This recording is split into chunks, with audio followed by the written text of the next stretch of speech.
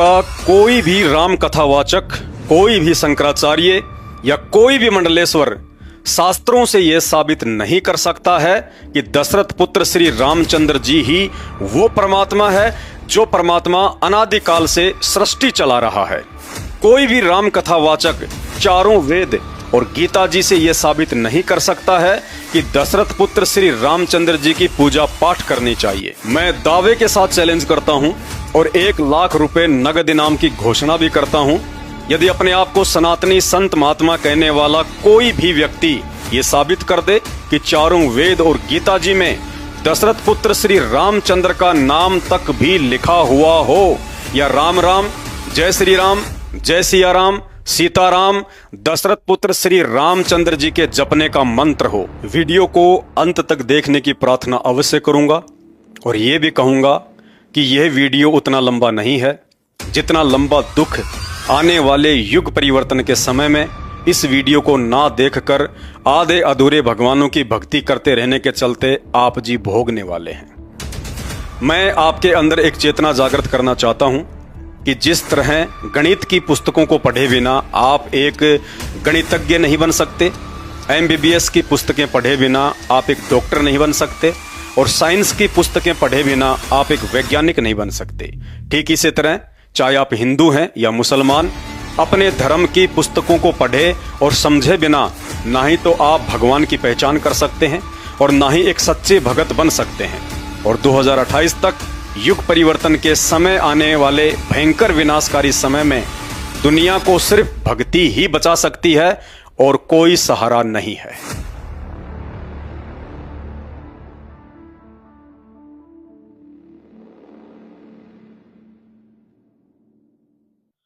जय जगत गुरु, जय भारत। सभी सनातनी धर्म गुरुओं को परम पूज्य जगत गुरु संत श्रोमणी सतगुरु रामपाल जी परमेश्वर जी के चरणों की धूल मुझ पवन दास की तरफ से सादर प्रणाम। अब समय आ गया है आप सभी सनातनी धर्म गुरुओं की परीक्षा का। अब आप प्रमाणित जवाब देने से बच नहीं सकते।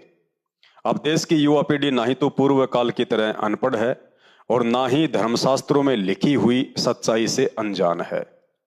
अब उन्हीं धर्मशास्त्रों से आप लोगों से सवाल पूछे जाएंगे, जिन धर्मशास्त्रों को आप बचपन से ही पढ़ते और दुनिया को पढ़ाते आ रहे हैं, और जिन धर्मशास्त्रों की आड़ में सदियों से आपके परिवार का पालन पोषण होता आ रहा है। इसलिए यदि आज शिक्षित युवा पीढ़ी के मन में उन्हीं धर्मशास्त्रों में लिखी हुई बातों को लेकर शंका या संदेह उत्पन्न होता है या मन में कोई सवाल उठता है, तो उन्हीं धर्मशास्त्रों से सबूतों के साथ उनका समाधान करना भी आप धर्मगुरुओं की ही जिम्मेदारी बनती है। मेरा जन्म एक हिंदू परिवार में हुआ है। बचपन से ही रामायण और महाभारत सुनता आ रहा हूं, लेकिन जब अपनी आंखों से रामायण को पढ़ा तो पता चला कि दशरथ पुत्र श्री रामचंद्र जी के भगवान होने के विषय में जो बातें हमें बचपन में धर्मगुरुओं या कथावाचकों से सुनने को मिलती थी और टीवी सीरियल में हम देखा करते थे, यथार्थ में वे सब बातें धर्मशास्त्रों में लिखी हुई बातों से बिल्कुल भी मेल नहीं खाती हैं। धर्मगुरु कहते हैं कि दशरथ पुत्र श्री रामचंद्र जी परमात्मा हैं, सत्यनारायण हैं। इन्होंने ही सारे ब्रह्मांडों की रचना की है और संचालन भी कर रहे हैं। इनकी मर्जी के बिना ना ही तो दुनिया चलती है और ना ही पत्ता हिलता है। श्री रामचंद्र चाहे तो कोढ़ी को काया, निर्धन को माया, बांझ को पुत्र और मृत्यु को जीवन में बदल सकते हैं। ये जब चाहें सृष्टि में प्रलय कर सकते हैं और चाहे तो पुनः उत्पत्ति भी कर सकते हैं। इनसे बढ़कर और कोई भी सर्वशक्तिमान परमात्मा सृष्टि में दूसरा नहीं है। मात्र अपने धार्मिक धंधे के लिए या फिर अपनी अज्ञानतावश हमारे धर्मगुरुओं द्वारा दशरथ पुत्र श्री रामचंद्र जी के लिए बढ़ा चढ़ाकर बोली गई इन तमाम जुबानी बातों में कितनी सच्चाई है, ये तो हमारे धर्मग्रंथ ही बता सकते हैं। तो चलिए आज उन्हीं धर्म ग्रंथों में लिखी सच्चाई को आधार बनाकर मैं सभी सनातनी धर्म गुरुओं से सवाल करता हूं, यदि दशरथ पुत्र श्री रामचंद्र ही वास्तव में सृष्टि को रचने व चलाने वाले परमात्मा है और एकमात्र इन्हीं की भक्ति करनी चाहिए, तो आखिर इस विषय में हमारे धर्मशास्त्र क्या कहते हैं। भाई और बहनों, भक्ति का आधार होता है भगवान। अर्थात भक्ति तो उस समय शुरू की जाती है जब यह विश्वास हो जाए कि जिसकी मैं भक्ति शुरू करने जा रहा हूं वास्तव में वो भगवान है भी या नहीं, उस महापुरुष में भगवान वाला कोई लक्षण है भी या नहीं, वो महापुरुष मेरे जीवन में आने वाले संकटों का समाधान करने में सक्षम है भी या नहीं, वो महापुरुष मेरे मन की बात जानने वाला अर्थात अंतर्यामी भगवान है भी या नहीं।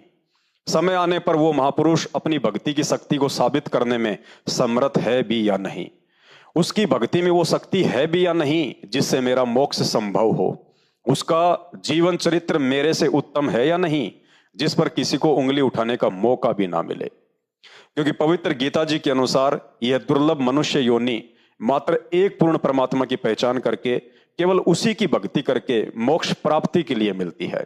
इसलिए दृढ़ होकर भक्ति पर लगने से पहले यह पहचान अति आवश्यक है कि मेरा इष्ट जिसकी भक्ति में शुरू करने जा रहा हूं, क्या वास्तव में वो एक पूर्ण परमात्मा है जिससे ऊपर सृष्टि में अन्य कोई भी देव महादेव नहीं है, सब उसी के अधीन होकर उसके नौकर बनकर सेवा करते हैं, या कोई उससे ऊपर भी परमात्मा है। तो चलिए ये सब जानने के लिए सबसे पहले हमें भगवान की परिभाषा से परिचित होना पड़ेगा कि भगवान किसे कहते हैं, और साथ ही यदि दशरथ पुत्र श्री रामचंद्र जी ही भगवान हैं तो भगवान के लक्षण श्री रामचंद्र जी की जीवन लीला से मेल करके देखते हैं कि वे कहां तक के भगवान हैं। पॉइंट नंबर 1, शास्त्र प्रमाण देते हैं कि दशरथ पुत्र श्री रामचंद्र जी विष्णु जी के अवतार थे, जबकि श्री मददेवी भागवत पुराण गीता प्रेस गोरखपुर से प्रकाशित कोड नंबर 1133 पहला स्कंद पेज नंबर 27 में श्री विष्णु जी खुद स्वीकार करते हैं कि मैं विष्णु पूर्ण परमात्मा नहीं हूं, मेरा तो जन्म हुआ है और मैं मरता भी हूं, तथा मैं विष्णु दुर्गा देवी से ऊपर किसी को नहीं जानता, उसी की पूजा करता हूं और उसी के अधीन होकर सृष्टि का पालन पोषण करने की जिम्मेदारी से बंधा हुआ हूं। अर्थात शास्त्रों से प्रमाणित हुआ कि श्री विष्णु जी भी पूर्ण परमात्मा अर्थात सृष्टि रचने और चलाने वाले एकमात्र सर्वशक्तिमान राम नहीं हैं, क्योंकि राम किसी के अधीन होकर कार्य नहीं करता और ना ही राम कभी जन्म व मृत्यु से बंधा हुआ होता है, जबकि दशरथ पुत्र श्री रामचंद्र जी तो मात्र श्री विष्णु जी की कुछ अंश शक्ति लेकर त्रेता युग में राजा दशरथ की पत्नी कौशल्या के गर्भ से जन्मे थे। राम शब्द तो मात्र उनके शरीर का नाम था, अर्थात उनकी पहचान थी, जैसे आप और हमारे शरीर के नाम होते हैं। इससे यह साबित हो जाता है कि श्री रामचंद्र जी वह समर्थ भगवान या राम नहीं है जिस राम की शक्ति से अनादिकाल से यह सृष्टि चलायमान है, जो राम जन्म मरण के चक्कर से हमेशा मुक्त होता है, जिस राम को संसार की कोई भी माता अपने गर्भ में रखने में समर्थ नहीं है। अतः यह सिद्ध होता है कि दशरथ पुत्र श्री रामचंद्र जी एक राजा के पुत्र हो सकते हैं, एक महापुरुष हो सकते हैं, श्री विष्णु जी के अवतार हो सकते हैं, परंतु वो राम अर्थात समर्थ भगवान कदापि नहीं हो सकते जिस राम की शक्ति से ये पूरी सृष्टि अनादिकाल से चल रही है। पॉइंट नंबर 2, श्री विष्णु जी का ही पूर्ण परमात्मा अर्थात राम ना होने का दूसरा प्रमाण यह है कि राम तो सृष्टि में विद्यमान सभी आत्माओं का अर्थात प्राणियों का उत्पत्ति करता होता है, जन्मदाता होता है, इसलिए भगवान के ऊपर किसी भी प्राणी का श्राप या दंड असर नहीं करता है।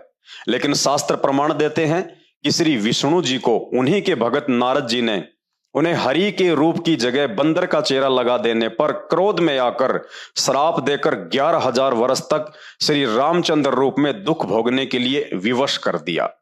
अर्थात अपने ही भगत का श्राप जिसे भोगना पड़ जाए वो किसी भी सूरत में राम अर्थात सर्वशक्तिमान परमात्मा नहीं हो सकता, क्योंकि हमारे चारों वेद उस पूर्ण परमात्मा अर्थात राम की महिमा से युक्त हैं, जिसमें यजुर्वेद अध्याय नंबर 1 का मंत्र नंबर 15 और अध्याय नंबर 5 का मंत्र नंबर 1 बार बार यह गवाही दे रहा है कि परमात्मा घोर से घोर पापों का नाश कर देता है, परमात्मा जीव को किसी भी बंधन या श्राप से मुक्त कर देता है। अब यदि आप धर्मगुरुओं के अनुसार दशरथ पुत्र श्री रामचंद्र जी ही वह परमात्मा है जिसकी महिमा वेदों में लिखी हुई है, जो इंसान को सभी पाप कर्मों के बंधनों से मुक्त कर देता है, तो दशरथ पुत्र श्री रामचंद्र जी स्वयं नारद जी के श्राप से अपने आप को मुक्त क्यों नहीं कर पाए। अतः यह सिद्ध होता है कि दशरथ पुत्र श्री रामचंद्र जी एक राजा के पुत्र हो सकते हैं, एक महापुरुष हो सकते हैं, श्री विष्णु जी के अवतार हो सकते हैं, परंतु परम पुरुष अर्थात पूर्ण ब्रह्म परमात्मा कदापि नहीं हो सकते, जिनके ऊपर किसी का भी श्राप या दंड काम नहीं करता है।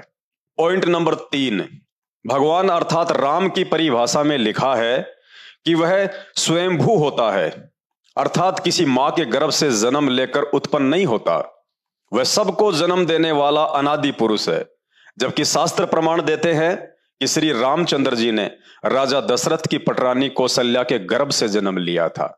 इसलिए श्री विष्णु जी के अवतार श्री रामचंद्र जी वो राम अर्थात समर्थ परमात्मा कदापि नहीं हो सकता, जो भगवान किसी मां के गर्भ से जन्म ना लेकर जब चाहे, जहां चाहे, जिस रूप में चाहे, कहीं भी प्रकट होकर अपनी लीला करता है।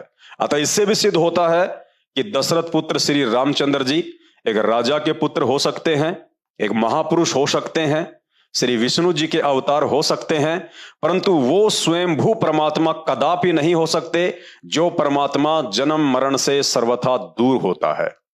पॉइंट नंबर 4, राम अर्थात समर्थ भगवान मर्यादा पुरुषोत्तम होता है। दशरथ पुत्र श्री रामचंद्र जी ने पिता की आज्ञा अनुसार वनवास में जाना अवश्य स्वीकार किया था, परंतु अपनी मर्जी से नहीं, बल्कि नारद जी के द्वारा दिए गए श्राप के दबाव में आकर 14 वर्ष का वनवास स्वीकार करना उनकी मजबूरी बन गई थी। यदि मात्र राजा दशरथ की इसी आज्ञा को मानने के कारण उन्हें मर्यादा पुरुषोत्तम की संज्ञा दी जाती है, तो यह सरासर गलत है, क्योंकि दूसरी तरफ उनकी माता कौशल्या भी आंसू बहा बहाकर उन्हें वनवास में ना जाने की आज्ञा दे रही थी, दुहाई दे रही थी, जिस आज्ञा को श्री रामचंद्र जी ने नजरअंदाज कर दिया था। अतः ऐसे में श्री रामचंद्र जी को मर्यादा पुरुषोत्तम की संज्ञा देना भी शास्त्रों के विरुद्ध है, क्योंकि पुत्र के लिए जितनी आज्ञा पिता की महत्व रखती है, उतनी ही आज्ञा माता की भी महत्व रखती है। इसलिए दशरथ पुत्र श्री रामचंद्र जी एक राजा के पुत्र हो सकते हैं, एक महापुरुष हो सकते हैं, श्री विष्णु जी के अवतार हो सकते हैं, परंतु वो राम अर्थात समर्थ परमात्मा कदापि नहीं हो सकते, जो वास्तव में मर्यादा पुरुषोत्तम कहलाता है, जिसने सृष्टि रचने के बाद ब्रह्मांड में कार्यरत ग्रह, उपग्रह, सूरज, चांद, तारे आदि सबको मर्यादा में बांध रखा है, जिसकी मर्जी से दिन और रात होते हैं, जिसकी आज्ञा से सूर्य क्षण भर भी अपनी मर्यादा नहीं तोड़ता है। पॉइंट नंबर 5, राम अर्थात भगवान अपने एक वचन से सृष्टि को मिटा भी सकता है और पुनः बना भी सकता है, क्योंकि राम के पास शब्द शक्ति होती है और उसकी उसी शब्द शक्ति से सारे ब्रह्मांड, सूर्य, चंद्र आदि अपना कार्य कर रहे हैं। भगवान को हथियारों की जरूरत नहीं पड़ती है। हथियार या तो स्वयं की रक्षा के लिए प्रयोग किया जाता है या दूसरों की सुरक्षा के लिए प्रयोग किया जाता है। इन दोनों ही स्थितियों में हथियार रखने वाला राम नहीं हो सकता, क्योंकि राम स्वयं अमर है, उसे दुनिया का कोई भी हथियार मार नहीं सकता, और राम ने यदि किसी को मारना हो तो उसका एक वचन ही पर्याप्त होता है, उसे हथियार से मारने की जरूरत नहीं पड़ती है। इसलिए दशरथ पुत्र श्री रामचंद्र जी के द्वारा हथियार रूप में धनुष रखना भी ये साबित करता है कि उनके पास वचन शक्ति नहीं थी। अतः दशरथ पुत्र श्री रामचंद्र जी वह समर्थ राम नहीं हो सकता, जो राम भय मुक्त होता है, जो राम सृष्टि संचालन के सभी कार्य अपनी वचन शक्ति से करता है, ना कि हथियारों की शक्ति से। इसलिए दशरथ पुत्र श्री रामचंद्र जी एक राजा के पुत्र हो सकते हैं, एक महापुरुष हो सकते हैं, श्री विष्णु जी के अवतार हो सकते हैं, परंतु अनादिकाल से सृष्टि चलाने वाले आदि राम अर्थात सर्वशक्तिमान परमात्मा कदापि नहीं हो सकते। पॉइंट नंबर 6, राम अर्थात समर्थ भगवान उसे कहते हैं जो राजाओं को राज्य भीख में देता है, जिसे राज्य करने की कोई लालसा नहीं होती है, परंतु जिसे एक सामान्य नागरिक की भांति राज्य करने की लालसा या राज्य हाथ से निकल जाने का दुख हो, वह भला राम कैसे हो सकता है। श्रीमद् देवी भागवत पुराण, गीता प्रेस, गोरखपुर से प्रकाशित, कोड नंबर 1133, तीसरा स्कंद, पेज नंबर 218। इसमें प्रमाण है कि श्री रामचंद्र जी को इस बात का बेहद दुख था कि राज्य उनके हाथ से चला गया। मन में राज्य की लालसा रखने वाले पुरुष को लालची कहा जाता है तथा लालच एक विकार है जो सामान्य प्राणियों में हो सकता है, लेकिन उस राम अर्थात समर्थ भगवान में नहीं, जो सृष्टि में राजाओं को राज्य और देवताओं को देव पद भी भीख में बांटता है। अतः शास्त्र ही प्रमाण दे रहे हैं कि दशरथ पुत्र श्री रामचंद्र जी एक राजा के पुत्र हो सकते हैं, एक महापुरुष हो सकते हैं, श्री विष्णु जी के अवतार हो सकते हैं, परंतु उन्हें उस समर्थ भगवान की संज्ञा नहीं दी जा सकती है जो सर्व सृष्टि के रचनहार हैं, जो एकमात्र सर्वशक्तिमान परमात्मा है, जिनकी शक्ति से यह सृष्टि अनादिकाल से चल रही है। पॉइंट नंबर 7, राम अर्थात भगवान उसे कहते हैं जिसके समान सृष्टि में कोई दूसरी शक्ति ना हो। अपने द्वारा रची गई सृष्टि में वह स्वयं ही प्रधान होता है, बाकी सब उसके अधीन होते हैं। किसी भी स्थिति में उसे समय या काल के चक्कर में बांधा नहीं जा सकता। जिसके अधीन होकर अन्य सभी शक्तियां जैसे काल, महाकाल, देवी देवता, गंधर्व, यक्ष, किन्नर, साधु, संत, महात्मा, ऋषिगण आदि कार्य करते हैं। जबकि गीता प्रेस गोरखपुर से प्रकाशित उसी श्रीमद् देवी भागवत पुराण में कोड नंबर 1133, तीसरा स्कंद, पेज नंबर 217 पर अपने छोटे भाई लक्ष्मण से बात करते हुए श्री रामचंद्र जी स्वयं यह स्वीकार कर रहे हैं कि राज्य हाथ से चला गया, वनवासी जीवन व्यतीत करना पड़ रहा है, स्त्री हरी गई, पता नहीं दैव अर्थात समय आगे क्या करेगा।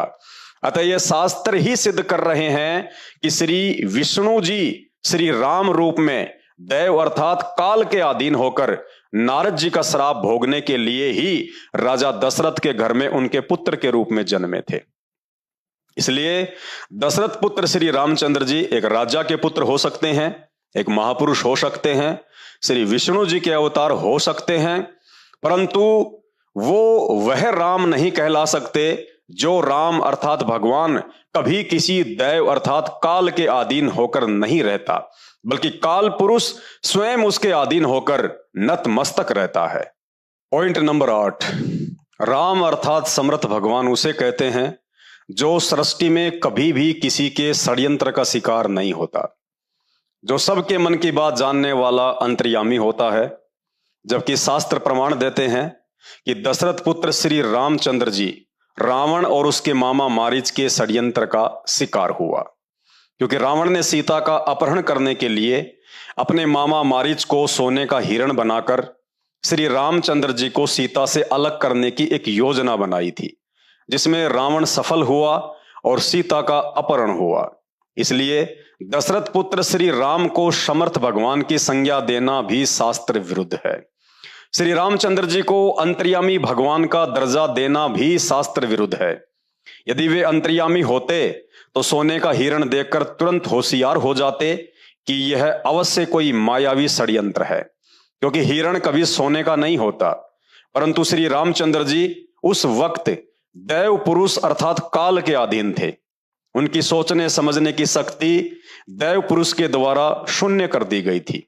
इसलिए दशरथ पुत्र श्री रामचंद्र जी एक राजा के पुत्र हो सकते हैं, एक महापुरुष हो सकते हैं, श्री विष्णु जी के अवतार हो सकते हैं, परंतु वो अंतर्यामी परमात्मा कदापि नहीं हो सकते जो अंतर्यामी परमात्मा इंसान तो छोड़िए, पशु पक्षियों के मन की बात और भाषा से भी भली भांति परिचित होता है, जो कभी किसी के षड्यंत्र का शिकार होने वालों में से नहीं है। पॉइंट नंबर 9, राम अर्थात भगवान मोहमाया से बहुत दूर होता है, उसे किसी का भी मोह व्याप्त नहीं होता। भगवान की भक्ति से तो दुनिया मोह माया का त्याग करके मोक्ष प्राप्त करती है, लेकिन शास्त्र प्रमाण देते हैं कि दशरथ पुत्र श्री रामचंद्र जी स्वयं भयंकर रूप से मोह ममता में जकड़े हुए थे।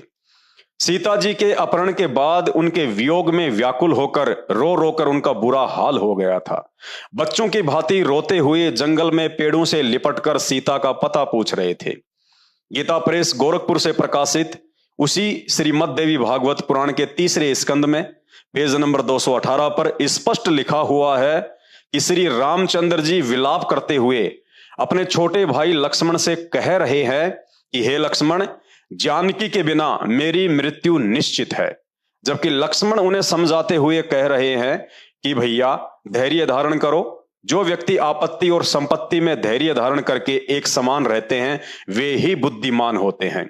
अब आप समझ गए होंगे कि श्री रामचंद्र जी लक्ष्मण जी के इस कथन अनुसार बुद्धिमान पुरुष थे या नहीं। श्री रामचंद्र जी की पत्नी का तो मात्र अपहरण ही हुआ था, जिसे वापस भी लाया जा सकता था। जबकि अपनी पत्नी के मर जाने पर आज समाज में एक सामान्य व्यक्ति भी धैर्य धारण कर लेता है और परिवार के अन्य व्यक्तियों को भी ये कहकर हिम्मत देता है कि परमात्मा की मर्जी के आगे किसकी चलती है। जबकि श्री रामचंद्र जी का पत्नी वियोग में बच्चों की तरह विलाप करना उन्हें कदापि परमात्मा सिद्ध नहीं करता।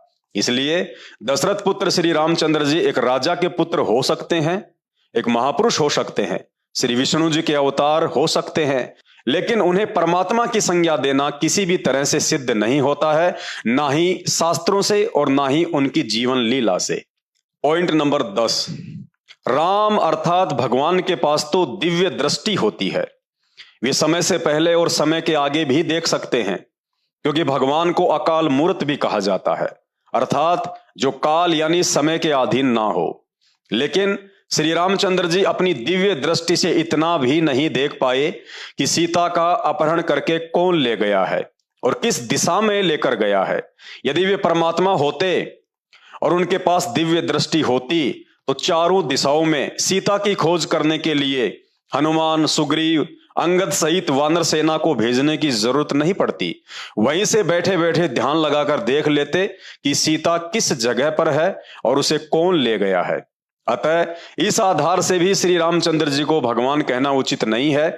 इसलिए श्री रामचंद्र जी एक राजा के पुत्र हो सकते हैं, एक महापुरुष हो सकते हैं, श्री विष्णु जी के अवतार हो सकते हैं, परंतु दिव्य दृष्टि युक्त समर्थ भगवान अर्थात पूर्ण परमात्मा आदि राम कदापि नहीं हो सकते। पॉइंट नंबर 11, राम अर्थात समर्थ भगवान 5 विकार काम, क्रोध, लोभ, लालच और मोह से दूर होता है। लेकिन श्री रामचंद्र जी ने सुग्रीव के साथ मात्र अपनी इस स्वार्थ पूर्ति के लिए बाली को मारकर उसे किष्किंधा का राजा बनाया, ताकि सुग्रीव राजा बनते ही अपनी समुचित वानर सेना की मदद सीता को लंका से वापस लाने में लगा देगा। अतः इस आधार से भी दशरथ पुत्र श्री रामचंद्र जी को समर्थ भगवान नहीं कहा जा सकता है, क्योंकि समर्थ भगवान तो सृष्टि में लोगों की हर प्रकार से मदद करता है, मदद मांगता नहीं है। और जिसे मदद की जरूरत पड़ जाए उसे भगवान कहना सरासर शास्त्रों के विरुद्ध है। इसलिए श्री रामचंद्र जी एक राजा के पुत्र हो सकते हैं, एक महापुरुष हो सकते हैं, श्री विष्णु जी के अवतार हो सकते हैं, परंतु अखिल ब्रह्मांडों के रचने वाले समर्थ राम नहीं हो सकते। पॉइंट नंबर 12, राम अर्थात समर्थ भगवान तो निडर, निर्भय और सर्वशक्तिमान होता है, परंतु श्री रामचंद्र जी ने इस डर से एक पेड़ की ओट लेकर कायर पुरुषों की भांति सुग्रीव के भाई बाली का तीर से वध किया, ताकि ब्रह्मा जी के वरदान अनुसार यदि बाली से आमने सामने होकर कोई व्यक्ति युद्ध करेगा तो सामने वाले की आदि शक्ति बाली के अंदर चली जाती थी और वह व्यक्ति बाली से पराजित हो जाता था। दशरथ पुत्र श्री रामचंद्र जी को यह बात सुग्रीव ने पहले ही बता दी थी, इसलिए श्री रामचंद्र जी ने आमने सामने युद्ध में पराजित होने के डर से छल का सहारा लिया। अतः इस आधार से भी श्री रामचंद्र जी को भगवान नहीं कहा जा सकता। यदि दशरथ पुत्र श्री रामचंद्र जी ही पूर्ण परमात्मा होते तो भला सृष्टि में ऐसा कौन योद्धा है जो उनकी शक्ति अपनी ओर खींच सके और भगवान को पराजित कर सके। इसलिए श्री रामचंद्र जी एक राजा के पुत्र हो सकते हैं, एक महापुरुष हो सकते हैं, श्री विष्णु जी के अवतार हो सकते हैं, परंतु उन्हें सर्वशक्तिमान भगवान कहकर उनकी झूठी महिमा करना उस वास्तविक पूर्ण परमात्मा की तौहीन है, जिसके समान बलवान पुरुष इस सृष्टि में अन्य कोई नहीं है। पॉइंट नंबर 13, राम अर्थात समर्थ भगवान वह होता है जो कुछ भी करने में समर्थ हो, जिसे किसी के आगे हाथ फैलाने की जरूरत ना पड़े। जबकि श्री रामचंद्र जी 3 दिन तक समुद्र के आगे हाथ जोड़कर रास्ता मांगने की याचना करते रहे और समुद्र ने उनकी एक ना सुनी। अर्थात यदि श्री रामचंद्र जी ही वह समर्थ भगवान थे जिस भगवान ने एक पल में 7 समुद्र बनाए हों, तो भला उस भगवान को अपने द्वारा बनाए गए उसी समुद्र के आगे 3 दिन तक हाथ जोड़कर खड़े होने की क्या जरूरत थी। प्रमाण मिलता है कि लंका का राजा रावण सिद्धि शक्ति से अपनी लाखों करोड़ों की राक्षस सेना को आकाश में उड़ाकर देवताओं के राजा इंद्र पर हमला कर देता है और 33 करोड़ देवी देवताओं को बंधक बनाकर अपनी कैद में डाल देता है। तो भाइयों और बहनों, विचार करो, क्या हमारे श्री रामचंद्र जी उस रावण से भी कमजोर थे जो वानर सेना सहित लंका जाने के लिए समुद्र पर पुल बनाने का इंतजाम कर रहे थे? आप स्वयं विचार कीजिए कि शक्तिमान कौन था, रावण या श्री राम। इसलिए श्री रामचंद्र जी एक राजा के पुत्र हो सकते हैं, एक महापुरुष हो सकते हैं, श्री विष्णु जी के अवतार हो सकते हैं, परंतु उन्हें किसी भी सूरत में पूर्ण परमात्मा की संज्ञा देना शास्त्रों के विरुद्ध है। पॉइंट नंबर 14, राम अर्थात समर्थ भगवान कभी भी क्रोध नहीं करता, क्योंकि क्रोध 5 विकारों में से एक विकार है। क्रोध हमेशा कमजोर व दुर्बल मनुष्य का लक्षण है। जब श्री रामचंद्र जी को समुद्र ने 3 दिन तक घुटने तक पानी में खड़े रहकर हाथ जोड़कर याचना करने के बाद भी रास्ता नहीं दिया, तो उन्होंने आग बबूला होकर समुद्र को सुखाने के लिए अपना अग्नि बाण तैयार कर लिया। क्रोध में श्री रामचंद्र जी ने तनिक भी विचार नहीं किया कि समुद्र का जल सूख गया तो उसमें निवास करने वाले अरबों खरबों जीव तड़प तड़प कर दम तोड़ देंगे। अर्थात श्री रामचंद्र जी क्रोध रूपी राक्षस के भी अधीन थे, जो कि भगवान का लक्षण नहीं होता है। इसलिए श्री रामचंद्र जी एक राजा के पुत्र हो सकते हैं, एक महापुरुष हो सकते हैं, श्री विष्णु जी के अवतार हो सकते हैं, परंतु वो समर्थ परमात्मा कहलाने योग्य नहीं हो सकते जो भगवान क्षमा और दया की मूर्ति होता है, क्रोध जिसके आसपास भी नहीं होता है, जिसकी कृपा दृष्टि से बिगड़े हुए कार्य भी बन जाते हैं। पॉइंट नंबर 15, राम अर्थात समर्थ भगवान उसे कहते हैं जो जल पर ही नहीं बल्कि हवा में भी पत्थर तैरा सकता है, जिसकी शक्ति से पृथ्वी से लाखों गुना बड़ा सूरज, 9 लाख तारे और अन्य असंख्य ब्रह्मांड आकाश में बिना किसी सहारे से अनादिकाल से घूम रहे हैं, तैर रहे हैं। यदि अनादिकाल से इन समस्त ब्रह्मांडों को चलाने वाले भगवान दशरथ पुत्र श्री रामचंद्र जी ही थे, तो भला ऐसे भगवान के लिए पत्थर के टुकड़ों को समुद्र के जल पर तैराना कौन सी बड़ी बात थी। लेकिन दशरथ पुत्र श्री रामचंद्र जी इतना भी नहीं कर पाए।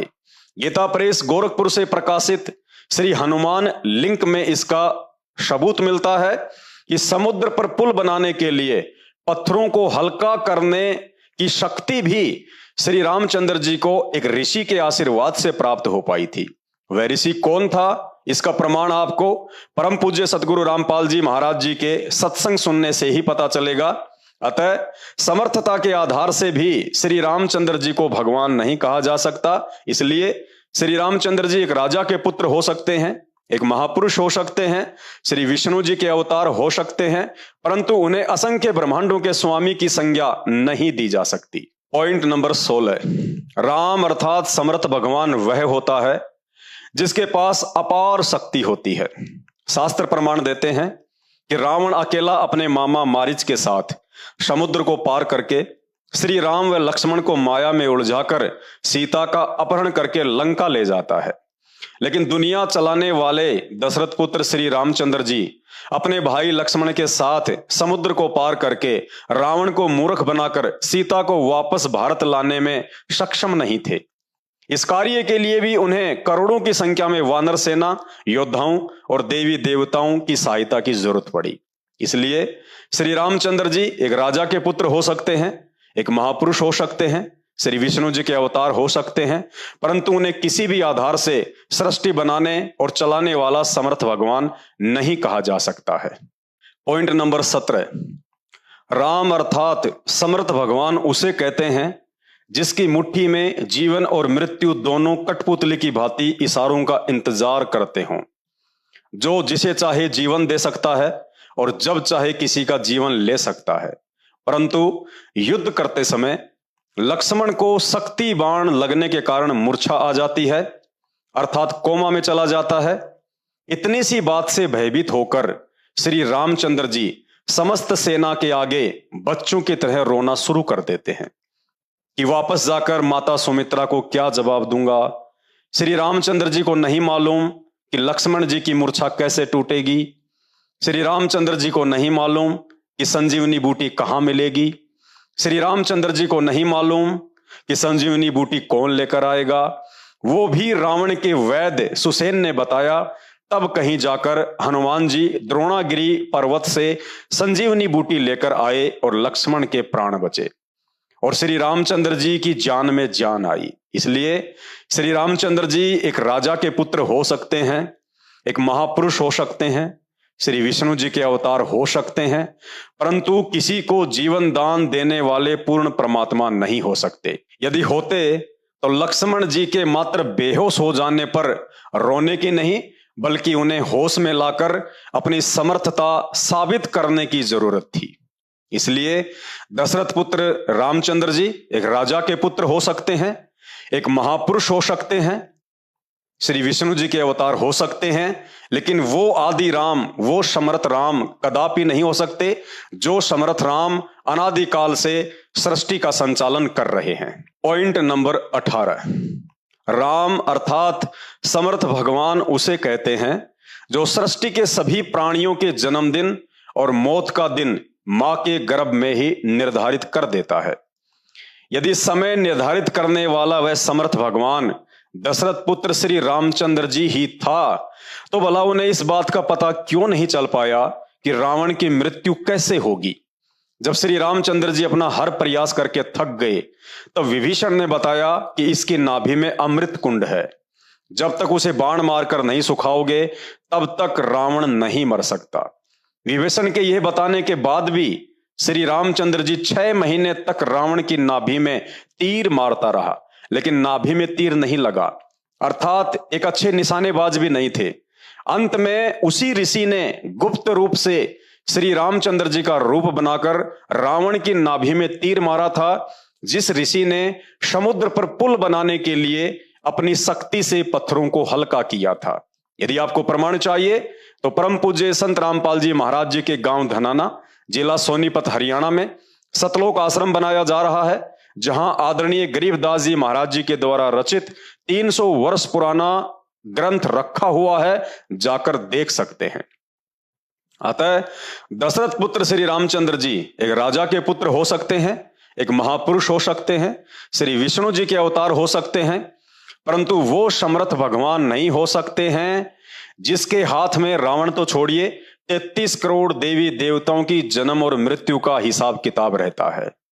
पॉइंट नंबर 19, राम अर्थात समर्थ भगवान उसे कहते हैं जो संदेह या शक नहीं करता, क्योंकि संदेह वो करता है जिसे हकीकत का पता ना हो। भगवान सर्वज्ञानी और अंतर्यामी होता है, उनकी दृष्टि से कुछ भी छुपा हुआ नहीं होता है। परंतु महर्षि वाल्मीकि रामायण में स्पष्ट प्रमाण है कि युद्ध में रावण की मृत्यु के बाद श्री रामचंद्र जी अपनी ही पत्नी सीता के चरित्र पर संदेह व्यक्त करते हुए उन्हें यह कहकर वापस अयोध्या चलने के लिए मना कर देते हैं कि मैंने यह लड़ाई अपने खानदान पर लगे कलंक को मिटाने के लिए लड़ी है, ना कि तुम्हारे लिए। अतः इस आधार से भी श्री रामचंद्र जी को भगवान नहीं कहा जा सकता, क्योंकि अपने खानदान की इज्जत के लिए करोड़ों लोगों के जीवन को दांव पर लगाने वाला भगवान नहीं हो सकता है। ऐसे कर्म तो कोई स्वार्थी व्यक्ति ही कर सकता है। इसलिए श्री रामचंद्र जी एक राजा के पुत्र हो सकते हैं, एक महापुरुष हो सकते हैं, श्री विष्णु जी के अवतार हो सकते हैं, ना कि वो समर्थ पूर्ण परमात्मा जिसे किसी भी तरह की इज्जत और बेइज्जती का भय नहीं होता है। पॉइंट नंबर 20, भाइयों और बहनों, विचार कीजिए, गंगा जैसे पवित्र चरित्र वाली अपनी ही पतिव्रता पत्नी सीता के चरित्र पर झूठा शक करने वाला और समस्त लोगों के सामने उसकी इज्जत की परवाह किए बिना अग्नि परीक्षा लेने वाला दशरथ पुत्र श्री रामचंद्र आखिर कैसे भगवान हो सकता है? क्या भगवान इतना निष्ठुर होता है जिसे अपनी पत्नी की इज्जत से स्वयं की इज्जत की अधिक चिंता हो? जिस दशरथ पुत्र को स्वयं की पत्नी पर ही विश्वास ना हो, वो भला वर्तमान में कलयुग में हर प्रकार से विकारों से ग्रसित उन भक्तों पर कैसे विश्वास कर सकता है 24 घंटे जिनकी जुबान पर गाली और मुंह में गुटखा सड़ता रहता है और उसी गंदी जुबान से जय श्री राम चिल्लाते रहते हैं। इसलिए दशरथ पुत्र श्री रामचंद्र जी एक राजा के पुत्र हो सकते हैं, एक महापुरुष हो सकते हैं, श्री विष्णु जी के अवतार हो सकते हैं, परंतु उस समर्थ परमात्मा का कभी भी दर्जा प्राप्त नहीं कर सकते हैं जो समर्थ भगवान अपने चाहने वालों की इज्जत रखने के लिए स्वयं बेइज्जत हो सकता है। पॉइंट नंबर 21, शास्त्र प्रमाण देते हैं कि दशरथ पुत्र श्री रामचंद्र जी भगवान तो छोड़िए, एक अच्छे न्यायकारी राजा कहलाने के अधिकारी भी नहीं हो सकते हैं। जरा सोचिए, वानर सेना की मदद से रावण की कैद से छुड़वाकर अयोध्या लाने के कुछ ही वर्षों के बाद एक धोबी के व्यंग कसने से अग्नि परीक्षा में पास हो चुकी अपनी ही गर्भवती पत्नी सीता को जंगल में दर दर की ठोकरें खाने के लिए अयोध्या से निकाल दिया गया। क्या यह कार्य किसी भी सूरत में एक न्यायकारी राजा कर सकता है, जबकि अनजाने में लोग उन्हें भगवान की संज्ञा देते हैं। इसलिए दशरथ पुत्र श्री रामचंद्र जी एक राजा के पुत्र हो सकते हैं, एक महापुरुष हो सकते हैं, श्री विष्णु जी के अवतार हो सकते हैं, परंतु उस पूर्ण परमात्मा का स्थान प्राप्त नहीं कर सकते हैं जो न्यायकारी और दयालु है। यहां ना चाहते हुए भी श्री रामचंद्र जी को नारद जी के द्वारा दिए गए श्राप के अधीन होकर निर्दोष सीता जी को दुख उठाने के लिए अयोध्या से जंगल में भेजना पड़ा, क्योंकि नारद जी ने श्राप दिया था कि जिस प्रकार तुम्हारी हरकत से मैं अपनी पत्नी के वियोग में दुखी हूं, उसी प्रकार तुम भी एक पूरा जीवन अपनी पत्नी से दूर रहकर मेरी तरह दुखी रहोगे।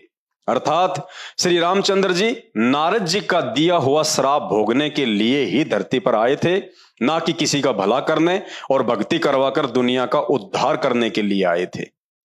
इसलिए श्री रामचंद्र जी एक राजा के पुत्र हो सकते हैं, एक महापुरुष हो सकते हैं, श्री विष्णु जी के अवतार हो सकते हैं, लेकिन वो समर्थ राम नहीं हो सकते जिस सृष्टि रचने वाले राम के ऊपर किसी का भी श्राप या दंड काम नहीं करता है। पॉइंट नंबर 22, जिस दशरथ पुत्र श्री रामचंद्र जी को अंतर्यामी राम कहा जाता है, उसी रामचंद्र जी के राज दरबार में लव और कुश राम कथा सुनाकर श्री रामचंद्र जी से तीखे तीखे सवाल करते हैं, परंतु परमात्मा कहे जाने वाले दशरथ पुत्र श्री रामचंद्र जी के पास उनके एक भी सवाल का जवाब नहीं होता है। आखिर उन्हें शर्मिंदा होना पड़ता है और यह सोचने पर मजबूर होना पड़ता है कि उन्होंने सीता जी के साथ काल के अधीन होकर नारद जी के श्राप के चलते अन्याय किया है, जिसके लिए संसार में वे सदा निंदा के पात्र बने रहेंगे। दूसरी तरफ घट घट के वासी कहे जाने वाले श्री रामचंद्र जी यह भी नहीं जान पाते हैं कि कथा कहने वाले दोनों बालक उन्हीं के पुत्र हैं। अब आप ही बताइए, किस आधार से श्री रामचंद्र जी को भगवान मानकर अपने मोक्ष के लिए उनकी पूजा अर्चना की जाए। इसलिए श्री रामचंद्र जी एक राजा के पुत्र हो सकते हैं, एक महापुरुष हो सकते हैं, श्री विष्णु जी के अवतार हो सकते हैं, लेकिन कदापि वो समर्थ परमात्मा नहीं हो सकते हैं जो समर्थ परमात्मा केवल सुख देता है और किसी के भी साथ अन्याय नहीं करता है। पॉइंट नंबर 23, सोचिए, श्री रामचंद्र जी के अश्वमेघ यज्ञ का घोड़ा उन्हीं के पुत्र पकड़ लेते हैं। अंतर्यामी परमात्मा कहे जाने वाले श्री रामचंद्र जी अपने ही पुत्रों से युद्ध करने के लिए लाखों की सेना भी भेज देते हैं। श्री रामचंद्र जी की सेना पराजित भी हो जाती है। क्रोध से लाल होकर अंत में श्री रामचंद्र जी स्वयं सेना लेकर उस बच्चे से युद्ध करने के लिए अयोध्या से निकल पड़ते हैं। आमना सामना भी होता है और लज्जित भी होना पड़ता है, लेकिन यह नहीं जान पाते हैं कि वो दोनों बालक उसी के पुत्र हैं। चलिए, नहीं जान पाए तो ना सही, परंतु आप और हमारे लिए सोचने का विषय है, क्या अयोध्या के चक्रवर्ती राजा और विष्णु जी के अवतार कहे जाने वाले श्री रामचंद्र जी को दो छोटे छोटे बालकों से युद्ध करना शोभा देता है? लेकिन इसमें बेचारे रामचंद्र जी का कोई दोष नहीं था, क्योंकि नारद जी के श्राप के अधीन होकर उन्हें यह सब करने के लिए काल पुरुष विवश कर रहा था। इसलिए श्री रामचंद्र जी एक राजा के पुत्र हो सकते हैं, एक महापुरुष हो सकते हैं, श्री विष्णु जी के अवतार हो सकते हैं, परंतु ब्रह्मांड के वो समर्थ भगवान नहीं हो सकते हैं जो भगवान कभी किसी काल पुरुष के अधीन होकर मतिहीन कार्य नहीं करता है। सोचिए, जिस दशरथ पुत्र श्री रामचंद्र जी को अज्ञानतावश आपने परमात्मा मान लिया है, उसी विष्णु अवतार श्री रामचंद्र जी के लिए लक्ष्मण जैसे वफादार भाई ने 14 वर्ष का वनवास भोगा, स्त्री सुख व राज्य सुख का परित्याग किया। अंत में उसी लक्ष्मण को स्वयं श्री रामचंद्र जी ने ही दुर्वासा ऋषि के कहने पर मृत्यु दंड की सजा सुनाई। और शास्त्र प्रमाण देते हैं, श्राप के वशीभूत होकर बेचारे लक्ष्मण ने सरयू नदी में आत्महत्या की, जिसे शास्त्रीय भाषा में जल समाधि कहते हैं, ताकि इस सत्य से पर्दा ना उठ सके। अब आप ही बताइए, श्री रामचंद्र जी किस आधार से भगवान हो सकते हैं? भगवान तो ऐसे स्वामी भक्त वफादार भाई के श्राप को पल में काट सकता है। भगवान उसी शक्ति को कहते हैं जो होनी को अनहोनी और अनहोनी को होनी में बदल दे। परंतु यहां भगवान कहे जाने वाले श्री रामचंद्र जी अपने भाई को श्राप मुक्त करने की बजाय उन्हें उल्टा मृत्यु दंड की सजा सुना रहे हैं। तो फिर कलयुग में हर तरह विकारों से युक्त नशेड़ी, शराबी, कबाबी, मांसाहारी, रिश्वतखोर, व्यभिचारी और भ्रष्टाचारी जैसे मलिन कार्यों में लिप्त और साथ में राम नाम की माला जपने वाले अंधों को श्री रामचंद्र जी कैसे माफ कर सकते हैं और कैसे उनकी भक्ति से वे उन्हें कर्मों से मुक्त कर सकते हैं? इसलिए श्री रामचंद्र जी एक राजा के पुत्र हो सकते हैं, एक महापुरुष हो सकते हैं, श्री विष्णु जी के अवतार हो सकते हैं, परंतु किसी भी सूरत में उन्हें भगवान की, परमात्मा की संज्ञा नहीं दी जा सकती है, जो परमात्मा भक्ति करने वाले भगत के घोर से घोर पाप कर्मों का सत्यानाश करके उसे सुखी जीवन प्रदान करता है। पॉइंट नंबर 25, दशरथ पुत्र श्री रामचंद्र जी को ना ही तो शास्त्रीय आधार से पूर्ण परमात्मा की संज्ञा दी जा सकती है और ना ही सामाजिक आधार से। श्री रामचंद्र जी के ही शासनकाल में एक शंबुक नाम का व्यक्ति, जिसे शूद्र कहा जाता है, स्वर्ग प्राप्ति के लिए कठोर तप कर रहा था। नारद जी के बहकाने से कि धर्मशास्त्रों में सतयुग, त्रेतायुग और द्वापर युग में शूद्रों को भक्ति करने का अधिकार नहीं है, जिस कारण आपके राज्य में एक ब्राह्मण पुत्र की अकाल मौत हो गई है। हे राजन, जब तक आप उस शूद्र पुत्र शंबुक को दंड नहीं देंगे तो आपके राज्य में इसी तरह अकाल मौतें होती रहेंगी। भाई और बहनों, श्री रामचंद्र जी ने शास्त्र ज्ञानहीन नारद की बातों में आकर शंबुक की गर्दन तलवार से काट डाली, जबकि उस समय तक ना ही तो पुराण लिखे गए थे और ना ही गीता जी, सिर्फ 4 वेद ही विद्यमान थे और उन चारों वेदों में कहीं भी इस तरह का घटिया प्रमाण आपको देखने को नहीं मिलेगा कि शूद्रों को कलयुग के अलावा अन्य किसी भी युग में भक्ति नहीं करनी चाहिए। बल्कि वेद तो इस बात की गवाही देते हैं कि मनुष्य शरीर सिर्फ और सिर्फ भक्ति करके मोक्ष प्राप्ति के लिए ही मिलता है। मानव जन्म पाए कर जो नहीं रटे हरि नाम, जैसे कुआं जल बिना फिर बनवाया क्या काम। अब आप ही बताइए, एक तरफ तो आप कहते हैं कि सभी को राम की भक्ति करनी चाहिए और उधर भक्ति करने वाले को स्वयं राम ही मौत के घाट उतार रहे हैं। भक्ति करने वाले शंबुक को अकारण ही मृत्यु दंड देने वाले श्री रामचंद्र जी को आप किस आधार से प्रमाण देकर परमात्मा साबित कर सकते हैं? इसलिए श्री रामचंद्र जी एक राजा के पुत्र हो सकते हैं, एक महापुरुष हो सकते हैं, श्री विष्णु जी के अवतार हो सकते हैं, परंतु उस दयालु भगवान का दर्जा कभी भी प्राप्त नहीं कर सकते हैं जो दयालु भगवान भक्ति करने वाले साधकों से प्रसन्न होता है, ना कि उन्हें मृत्यु दंड देता है। पॉइंट नंबर 26, भाई और बहनों, पैदा होने से लेकर मरने तक सिवाय लड़ाई झगड़े और मारपीट के यदि एक भी कोई धर्म या देश हित का कार्य दशरथ पुत्र श्री रामचंद्र जी ने किया हो तो कोई भी धर्मगुरु, राम कथावाचक या राम भगत शास्त्रों से प्रमाण करके दिखाए। रावण के साथ युद्ध किया तो अपने स्वार्थ के लिए किया, क्योंकि अपनी पत्नी को छुड़वाना था। ना ही राम रावण युद्ध कोई राष्ट्र हित में लड़ा गया युद्ध था कि रावण ने भारत की सीमाओं पर अपना अधिकार जमा लिया था और रामचंद्र जी ने भारत की सीमाओं को रावण के कब्जे से छुड़वाने के लिए युद्ध लड़ा हो। ना ही राम रावण युद्ध कोई धर्म युद्ध था कि रावण मांस खाने के लिए भारत से गायों की तस्करी करवाता था। श्री रामचंद्र जी ने कभी भी किसी मुर्दे को जीवन दान दिया हो तो बता दीजिए। शंभुक को मारने के बाद उस ब्राह्मण के पुत्र को इंद्र ने जीवित किया, ना कि श्री रामचंद्र जी ने। रही बात अहिल्या की, तो अहिल्या को पुनः स्त्री रूप धारण करने का वरदान उसी के पति गौतम ऋषि ने दिया था। श्री रामचंद्र जी ने गौतम ऋषि के वरदान के अधीन होकर केवल शिला पर अपनी खड़ाऊ झाड़ी थी। यदि श्री रामचंद्र जी में किसी को जीवन दान देने की शक्ति होती तो युद्ध में लक्ष्मण सिर्फ बेहोश हुआ था, मरा नहीं था। लेकिन श्री रामचंद्र जी उसे बेहोशी से भी बाहर नहीं निकाल पाए। वो काम भी रावण के वैद्य ने किया। तो सोचिए श्री रामचंद्र जी अहिल्या को कैसे जीवन दान दे सकते थे। उन्होंने अपने जीवन काल में किसी रोगी का शरीर स्वस्थ किया हो तो बता दीजिए। उन्होंने किसी बांझ स्त्री को पुत्र प्राप्ति का आशीर्वाद दिया हो तो प्रमाण दे दीजिए। बल्कि इसके विपरीत उन्होंने आजीवन सभी को दुख अवश्य दिया। श्री रामचंद्र जी को पुत्र रूप में प्राप्त करके आजीवन उनके पिता राजा दशरथ महादुखी रहे और वनवास के समय पुत्र के वियोग में महल की छत से गिरकर गर्दन टूटने के कारण उनकी दर्दनाक अकाल मौत हुई। श्री रामचंद्र जी को पुत्र रूप में प्राप्त करके आजीवन उनकी माता कौशल्या दुखी रही। श्री रामचंद्र जी को भाई के रूप में प्राप्त करके आजीवन उनके भाई दुखी रहे और लक्ष्मण जी को मृत्यु दंड भी प्राप्त हुआ।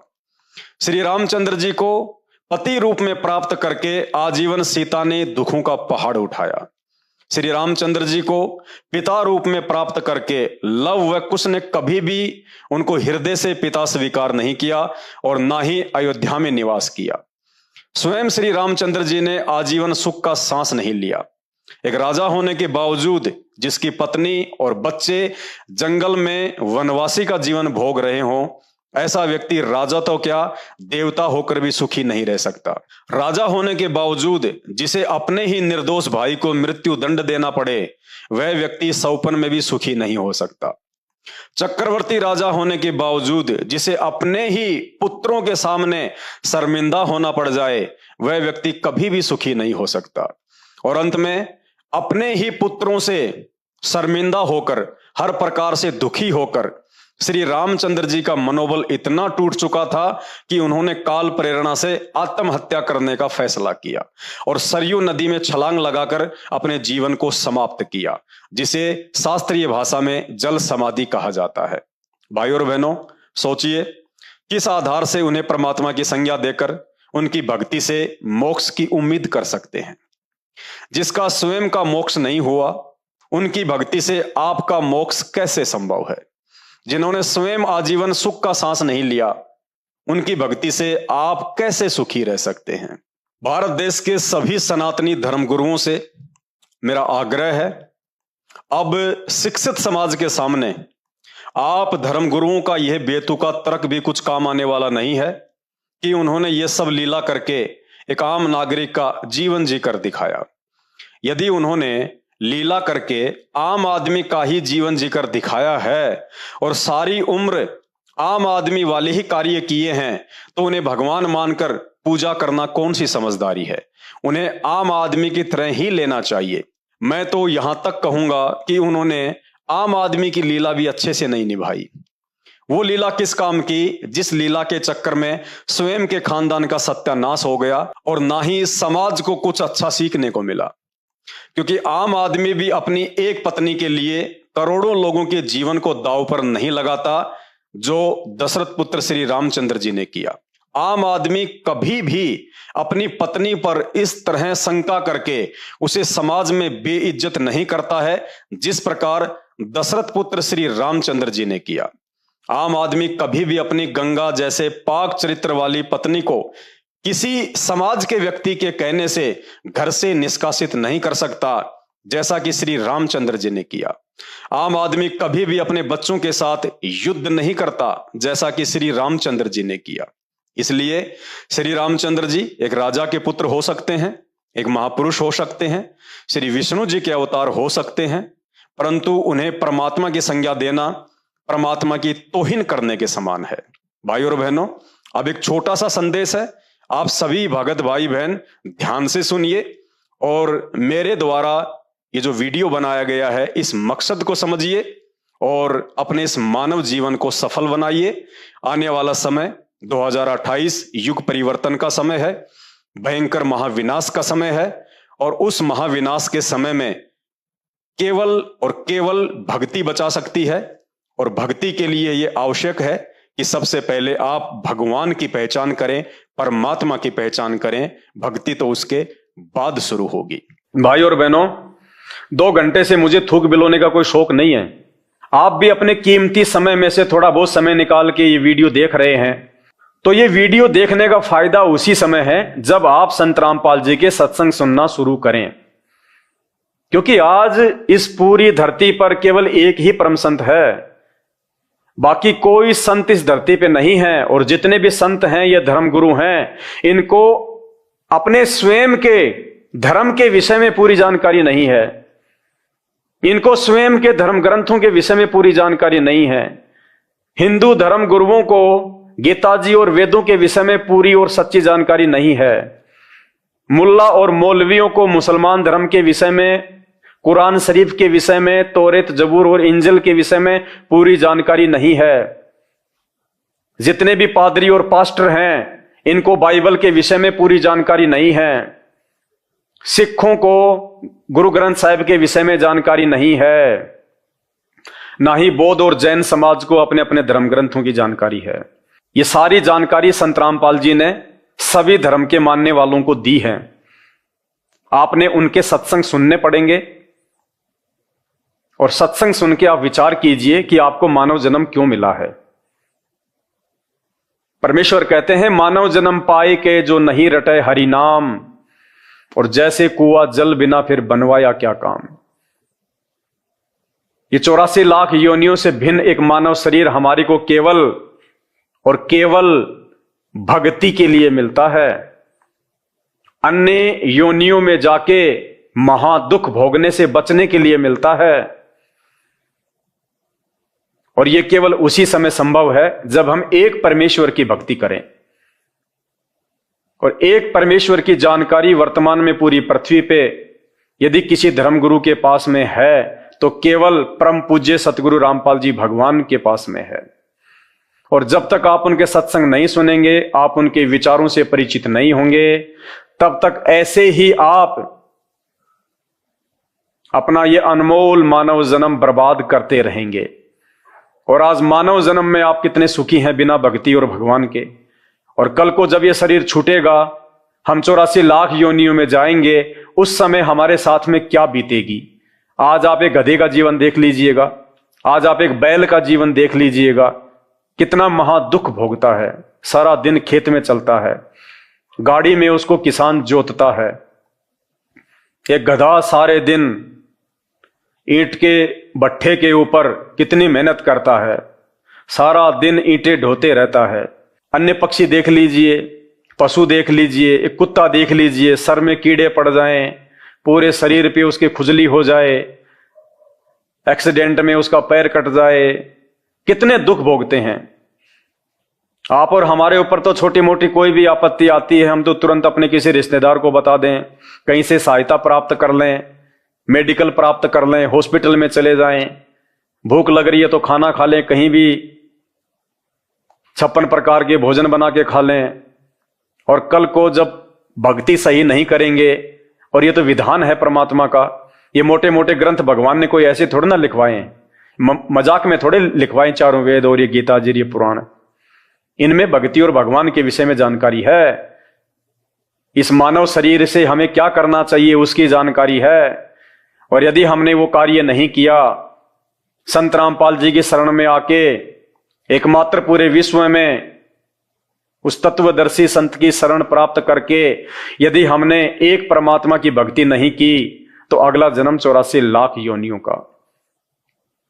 फिर हमें ना कोई सत्संग के विषय में बताएगा, ना कोई समझाएगा, ना हम समझने के लायक रहेंगे। कहते मात पिता मिल जाएंगे लख 84 माही, सतगुरु की सेवा और भक्ति ये फेर मिलन की नाही। आज अनजाने में लोग कहते हैं माता पिता ही हमारे गुरु हैं, माता पिता ही हमारे गुरु हैं। बहुत अच्छी बात है, वो भी गुरु हैं, उन्होंने भी आपको जीवन जीना सिखाया है, बचपन में आपको शिक्षाएं दी हैं।